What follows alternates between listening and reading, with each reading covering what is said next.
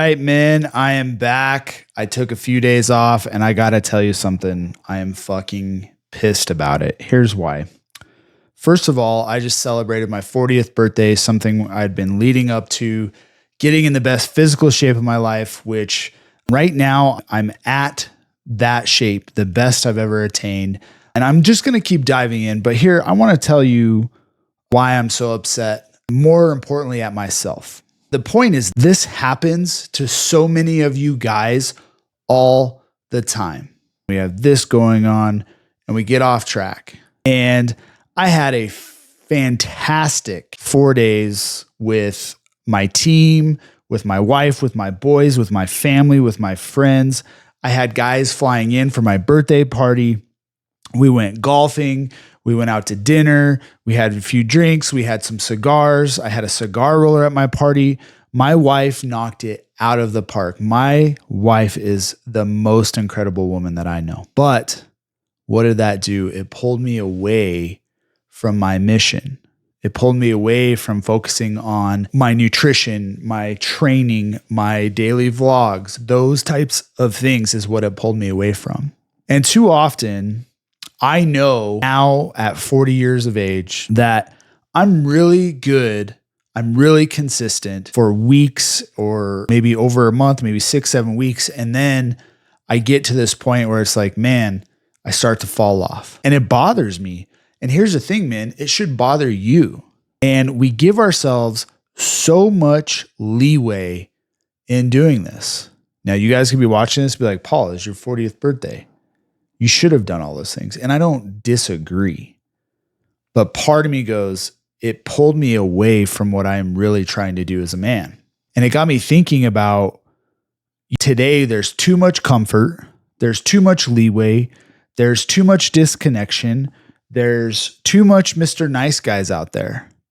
And when I talk to dads, it's like, you don't fix a home or a marriage or a relationship by fixing the other person. You start with the dad first. You start with the man first. And when men start to fall off, they start to lose their fucking power. Because I'm here today going, okay, now I got to get back on track. And it would have been easier for me to stay on track. I know that seems flipped around, but that is the point, guys. Hear me. At 40 years old, doing the workouts, doing the nutrition, doing all that stuff should have happened first, before all the festivities. Am I going to train super hard if I'm going to go golf 18 with my boys? No. But I sure as hell can get my walks in. I can get my food in, all this stuff, right? And we have it backwards, man. So my point to you is this. I absolutely enjoyed my time with my family and friends. And I just feel just a huge, immense feeling of gratitude for everybody that attended, for everybody that flew in, for people that got me gifts. I didn't ask for gifts. I just wanted people to be there, the people in my life that I care about.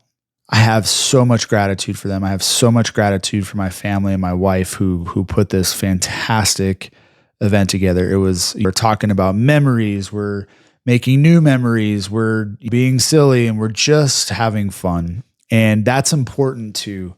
So I don't want you guys to think that I'm saying not to do that. What I'm saying is that needs to be the addition to the rest of your life, because 2 days can turn into 5. 5 days can turn into 2 weeks. 2 weeks can turn into 2 months, into years. And then here you are stuck as a man back where you're at. So my commitment is to keep going forward and start to recognize these situations as they come up and flip how I view my perspective, something that we've talked so much about when these things happen. And I'm just going to keep doing with what I started when I was 35, man, is I'm going to keep, the older I get, I'm going to keep trying to beat the guy before me. So when I turn 41 next year, I need to be in better shape than I'm in now. Better than I was 40, right? And I'm just going to keep doing that because that's going to cause me to grow. It's going to cause me to keep pushing myself. It's going to cause me to get better. So my question to you is like, why aren't you guys getting better? Why aren't you doing better? Why aren't you being better? Because now more than ever do I believe that the house, when I say the house or the kingdom, I'm talking about a man's life, a dad's life, kids, wife, business, all the things, the house. It depends on the man. If your marriage is struggling, you don't fix the wife, you fix the man first. If your fitness or your nutrition or whatever, you fix the man first, because that's where the legacy lies. That's where the power lies. I have a lot of faults, gentlemen. I'm no different than you, other than I am figuring this out. If there's any separator between us, it's because I am actively pursuing this guy that I am constantly chasing, that I will constantly be chasing the rest of my life, to be better for my kids and my wife and my family and my team, and to build a fucking legacy worth of impact. And the comfort and the distractions and the noise and everything that's pulling you away from that, you need to eliminate right now. It could be alcohol. It could be porn. It could be your best buddy from high school who's a giant POS. Those things pull you away from your mission. And I don't know about you, but it bothers me. I went golfing on Friday, and then my party was on Saturday. And so I had some cocktails both days, totally fine. Nothing against that. Alcohol is not a problem for me, other than it just makes me feel like garbage because I eat so clean all the time. I take my health as a serious priority. I work out constantly. I cold plunge. I go for walks. I do all the things that I can do to be the most elite version of myself.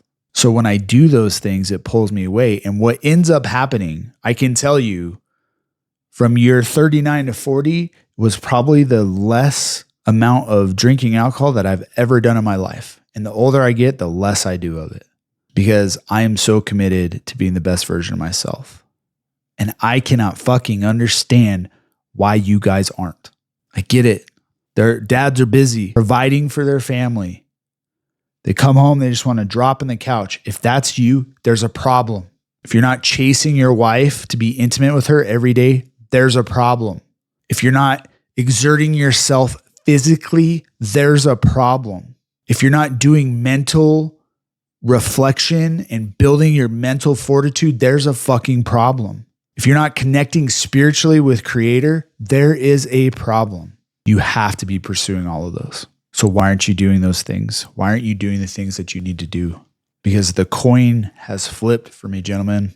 I'm now more committed to doing those things than ever. And when I slip, we all slip. I don't provide excuses. I just say, I fucking slipped. I don't like it. This is what I'm going to do next time to make it better or to prevent it from not happening. I just keep shortening that fucking gap every time it happens. Every time I go 2 or 3 days without lifting weights, if I skip a walk, if I skip a cold plunge, if I want to eat something that's not so nutritious, it just shows that the man that I desire to be, the man that I see on the horizon, the man that I'm chasing down the road, the path that I need to walk, I need to tighten those gaps so that I can keep going that way harder than ever. And my hope is with you guys, you see some holes in your game. You see some holes in your house. If your best buddy is a piece of work and he doesn't have the life that you desire, get rid of him. Break contact with him. I'm serious. I've stopped being friends with people in my life because of who they were or what they're about, because being around them made me lesser of the man that I'm seeking. Actually, today, this is a great point, and it kind of ties in everything that I'm talking about. We had a team training today, and we're talking about surviving versus thriving. And I guarantee so many of you right now are in survival mode. You're not thriving. And I'll be the first to raise my hand that I feel like that right now at this moment. I just hired another coach, and I've paid the most money I've ever paid in my life to hire this coach because I feel like I'm surviving and I need to get to that next level. And so many of you would never pay what I just paid. Never. If I told you how much I've spent on coaching the past 2 to 3 years, you guys would probably shit a brick. But here's the thing. The ROI is so much better than what I've paid. I've hired good coaches. You just need to find a coach that has what you want to work towards, that guy that you're looking to be, and you need to go pay that guy. Doesn't have to be me. Doesn't have to be my program. That's fine. If I don't resonate with you, that's totally cool. I don't want you in my program. I don't want you part of my group. But the guys that are, if that is you, I want you to win more than fucking anybody else out there. And I give everything that I fucking can to see my guys win. And I'm not coaching from a place of me versus you guys. I'm with you guys. I'm in the fucking trenches with you guys. We are actively solving problems. We are actively leveling up, closing that gap that I talked about. But guys, surviving is not living. It's not. And I know at times we're all going to dip in and out of those. But too many times we fall in that mode. And then we become emotional. And then we start blaming people. And then we start lying. That's survival mode, man. Lying to yourself, not telling the truth, highly emotional. All of that stuff is survival. And when I do my reflection and I look back and I have these conversations with myself, I recognize at times where I'm nowhere close to that, man. And then I also see there are times where I'm like, that's who I want to be. That's the guy. Sitting here telling you guys this right now, I'm in my head having a conversation separately about things that I need to do. What are the conversations, men, that you're having with yourself? Are they irrational? Are they emotional? Are they truthful? Are they factual? Are they bullshit? Are they negative? Are they positive? What are you saying to yourself every day that only you can hear? Are you building yourself up or are you tearing yourself fucking down? Because if you're like me and you're tearing yourself down in your head, to your wife, whatever it is, I promise you're not fucking thriving. You're surviving. You guys need to step up. If any of that is, you need to step up. And it starts with making the choice. I'm no longer fucking living in this place. And for some of you, that means you're going to go try and do it yourself and you're going to fail. And for the other half of you, it's going to mean I'm going to go hire a coach. I'm going to go join a program. I'm going to get with other men that have what I want or are working towards the things that I want or their values line up with mine. It isn't about therapy. It isn't about ego. You need to have an ego death to do something like that. You need to have an ego death and say, you know what? You're right, Paul. I talk to myself negatively. I fall off the wagon or I haven't even fucking got on the wagon. But I want to. I know I need to. Because for all of you dads out there, your kids are watching. They're learning. They're reacting to your bullshit. So as I wrap this up, I want you guys tomorrow, the homework is this. Get up 30 minutes earlier than you normally do tomorrow. Make sure nobody else in the house is up. Go sit in a dark, dimly lit area. Close your eyes and just breathe. If you know how to meditate, do it. Start having a dialogue with God. Start having a dialogue with yourself. Start adding gratitude, being thankful for everything that you do have, and see what comes up for you. And if you're bold like I am, come back to this vlog and leave a comment on what happened for you. So guys, you drill.